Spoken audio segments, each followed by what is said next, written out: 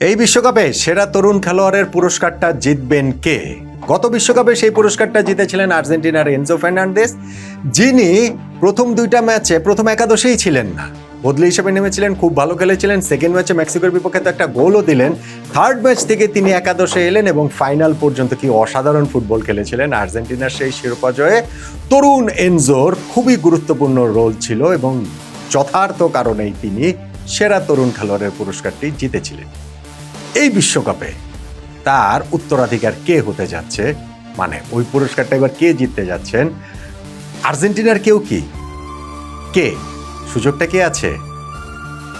দেখেন, এই ভিডিওটা বিশ্বকাপের সেরা তরুণ খেলোয়াড়দের নিয়ে আমি সম্ভাব্য 5 জনকে নিয়ে আলোচনা করতে চাই, একটা র্যাঙ্কিংয়ের মতো, ফেভারিট র্যাঙ্কিংয়ের মতোই, যেটা আমার খুবই ফেভারিট সাবজেক্ট।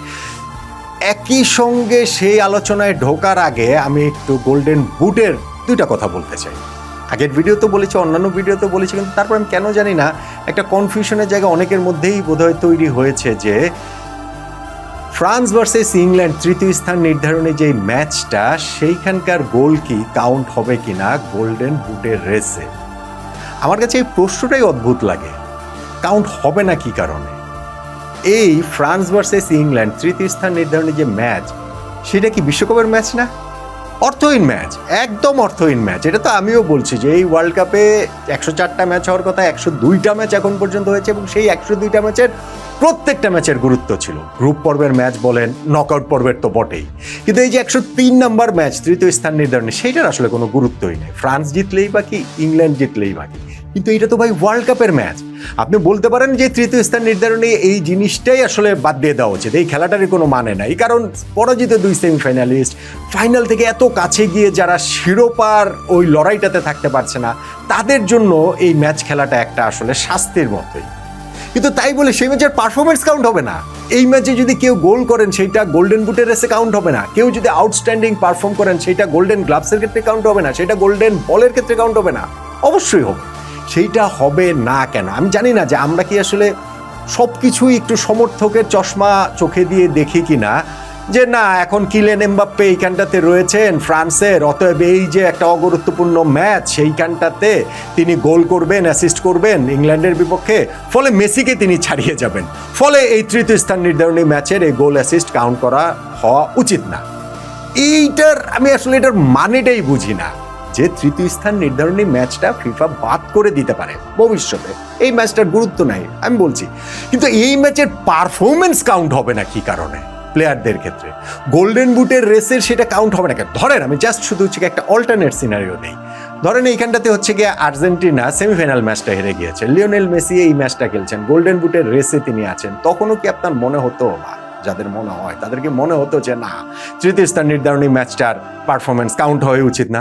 বলতে পারেন যে মেসি তখন ওই ম্যাচটা হয়তো খেলতোই না, সেইটা তো অন্য আলোচনা। এমবাপ্পে ওই ম্যাচটা নাও খেলতে পারেন, সেইটাও অন্য আলোচনা।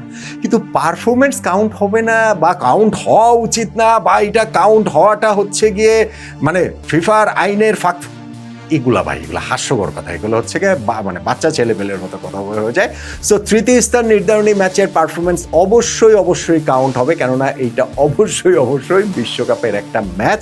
আমি আগেও কিছু ভিডিওতে এই আলোচনাটা করেছি, আমি আবারও একটু আপনাদেরকে, যাদের মধ্যে একটু কনফিউশন আছে, সেটা একটু ক্লিয়ার করে দিলাম।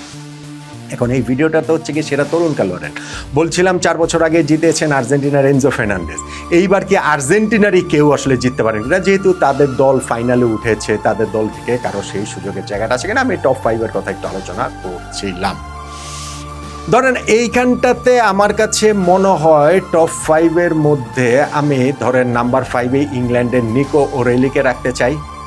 ইংল্যান্ডের লেফট ব্যাক, যদিও লাস্ট ম্যাচটা আর্জেন্টিনার বিপক্ষে তাকে ফার্স্ট 11 স্টার্ট করার নাই কোচ টমাস টুখেল, কিন্তু ওয়ার্ল্ড কাপটা তিনি ভালো খেলেছেন, বেশ ভালো খেলেছেন, এবং সেই জায়গাটা থেকে অবশ্যই এই আলোচনার মধ্যে বেস্ট ইয়াং প্লেয়ারের আলোচনাটার মধ্যে তিনি থাকবেন। 5 নম্বরে তাকে রাখছি। এবং এই ফ্যাক্টর দিয়ে আমি আসলে ওই ক্রাইটেরিয়াটা বলতে ভুলে গেছিলাম। ক্রাইটেরিয়াটা হচ্ছে গিয়ে যে 2005 সালের 1 জানুয়ারির পরে যাদের জন্ম হয়েছে তারাই এলিজিবল থাকবেন এই অ্যাওয়ার্ডটার জন্য মানে হচ্ছে কি 21 বছর বয়স, সেটা ওই যে বছরের শুরুটা হিসাব করে 2005-এর 1 জানুয়ারি পরের জন্ম ওই হিসাবটা করেই এই অ্যাওয়ার্ডটা দেওয়া হবে। এবং সেই অ্যাওয়ার্ডটা কোনো ভোটাভুটির মাধ্যমে মানে এটা ফিফা টেকনিক্যাল স্টাডি গ্রুপ, তারা এই যেই প্লেয়ারদের নট নেসেসারিলি শুধুমাত্র স্ট্যাট মানে কার গোল বেশি, কার অ্যাসিস্ট বেশি, কার ইন্টারসেপশন বেশি, তার ক্লিয়ারেন্স বেশি, কার হচ্ছে কি ওই যে ক্রিয়েটিভ, এইটা না, মানে তারা তাদের মতো করে অ্যাসেস করে যেই ইয়াং প্লেয়ারটার ওই মনে হয়েছে যে